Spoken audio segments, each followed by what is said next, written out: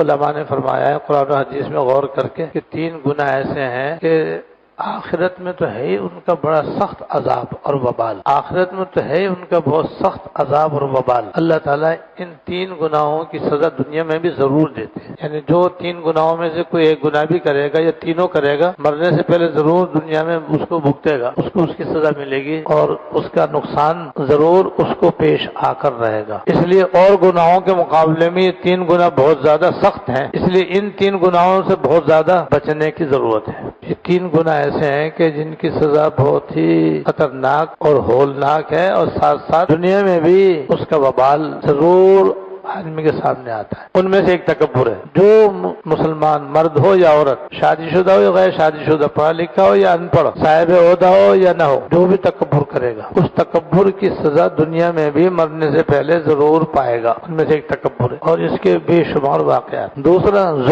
ظلم و ستم۔ جو شخص بھی کسی پہ ظلم کرے گا، چاہے کسی کو ناحق مارے، گالی بکے، اس کی بے عزتی کرے، بے آبروئی کرے یا مارے پیٹے، یا اس کی آبرو خراب کر دے یا اس کی بے عزتی کر دے یا اس کا مال چھین لے، چاہے چوری کر کے، چاہے ڈاکہ ڈال کر، چاہے غصب کر کے، چاہے کم تول کر، کم ناپ کر، کم گن کر، مال کم دے پیسے پورے لے لے، یہ مال کا نقصان اس نے کر دیا دوسرے کا، یہ ظلم ہے۔ تو ظالم جو ہے وہ مرنے سے پہلے اپنے ظلم کی سزا پائے گا۔ اصلی سزا مرنے کے بعد ملے گی، لیکن دنیا میں بھی اس کو ظلم کی سزا ملے گی۔ اس لیے ہمارے حضرت بانی دارالعلوم کراچی رحمہ اللہ فرمایا کرتے تھے کہ کفر کے ساتھ تو حکومت جمع ہو سکتی ہے، ظلم کے ساتھ جمع نہیں ہو سکتی۔ یعنی کافر آدمی حکومت کر سکتا ہے، وہ کر رہے ہیں، کتنی ساری کافروں کی حکومتیں دنیا میں موجود ہیں، کافر ہیں لیکن حکومت کر رہے ہیں اور ان کی حکومتیں چل رہی ہیں۔ فرمایا اگر حاکم ظالم ہوگا تو اس کی حکومت نہیں چل سکتی، ظلم کے ساتھ کوئی حکومت برقرار نہیں رہ سکتی۔ اس کا مشاہدہ ہم نے اپنے ملک میں دیکھ لیا، متکبروں کو بھی دیکھا ہم نے یہاں پر، ان کی حکومت کا بھی تصور ہٹ گیا، ظالموں کو بھی دیکھا کہ ان کی حکومتیں بھی دنیا میں ہمارے ملک میں نہ رہی۔ جب وہ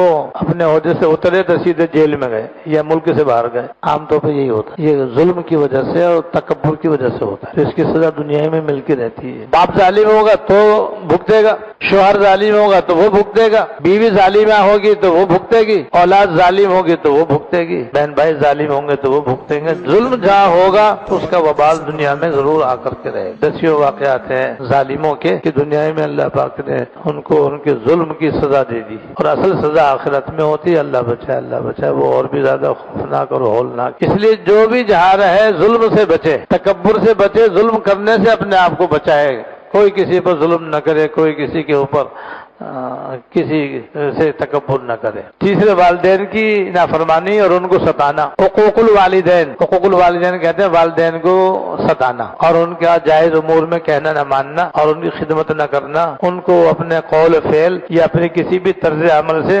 ستانا اور تکلیف پہنچانا، یہ گناہ بھی ایسا ہے، یہ بھی گناہ ایسا ہے کہ اللہ بچائے، اس کی سزا اللہ تعالیٰ نے نقد رکھی ہے۔ یعنی ماں باپ کو ستانے والا دنیا میں فلا نہیں پا سکتا، دنیا میں بھی اس کو اپنے اس کیے کی سزا مل کر رہے گی۔ ایک واقعہ ابھی ذہن میں آیا، وہ سنائی دوں آپ کو۔ لوگوں نے دیکھا کہ ایک بوڑھا ہے اور ایک اس کا نوجوان بیٹا ہے، اور روڈ کے بیچ میں جہاں پر ٹریفک آ رہا ہے اور جا رہا ہے، وہ اپنے باپ کی ٹانگ کھینچ کر کے لے کے جا رہا ہے۔ اب تو کتنا دردناک واقعہ ہے، یہ کتنا اذیتناک واقعہ ہے کہ بیٹا ہے اور باپ کی ٹانگ پکڑ کر کے روڈ کے بیچ میں کھینچ رہا ہے۔ اب جو دیکھے گا تو لعنت ہی کرے گا نا۔ اب جو بھی دیکھتا ہو کہتا ہے کمبخت مردود، ایسا کرنے کے لیے تجھ کو تیرا باپ ہی ملا تھا، تجھ کو حیا نہیں آتی ہے، تجھے شرم نہیں آتی، اپنے باپ کے ساتھ اتنا ظلم کر رہا ہے۔ تو جو اس کو دیکھتا وہ اس کو برا بھلا کہتا ہے، جو اس کو دیکھتا برا بھلا، وہ اس کی پرواہ کیے بغیر اپنے باپ کی ٹانگ کھینچ رہا ہے اور گھسیٹ کر اپنے باپ کو روڈ کے بیچ میں لے کے جا رہا ہے، اور باپ کی بری حالت ہے۔ تو ایک آدمی کو بہت ہی زیادہ غصہ آیا اور وہ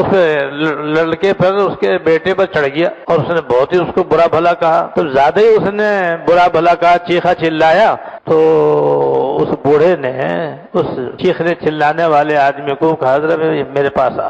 وہ آ گیا، انہوں نے نیچے بیٹھ، اپنا کان میرے منہ کے پاس لا، بیٹھ گیا اور اپنا کان اس کے منہ میں کر دیا۔ اس نے کہا میرے بیٹے کو کچھ مت کہہ، میں نے بھی اپنے باپ کے ساتھ ایسے کیا تھا، اس لیے مجھے سزا مل رہی ہے۔ اس بیٹے کو کچھ مت کہہ، قصور اس کا نہیں ہے، قصور میرا ہے، میں نے بھی اپنے باپ کی ٹانگ اسی طریقے سے روڈ پر کھینچی تھی، تو آج میری ٹانگ کھینچی جا رہی ہے۔ یہ تو عمل کی سزا ہے، جیسے میں نے کیا تھا میرے سامنے آ گئی۔ تو ماں باپ کو ستانا جو ہے یہ بھی حرام ہے، گناہ کبیرہ ہے، ناجائز ہے، اور ایسا گناہ ہے کہ اس کی سزا بھی دنیا میں ملتی ہے۔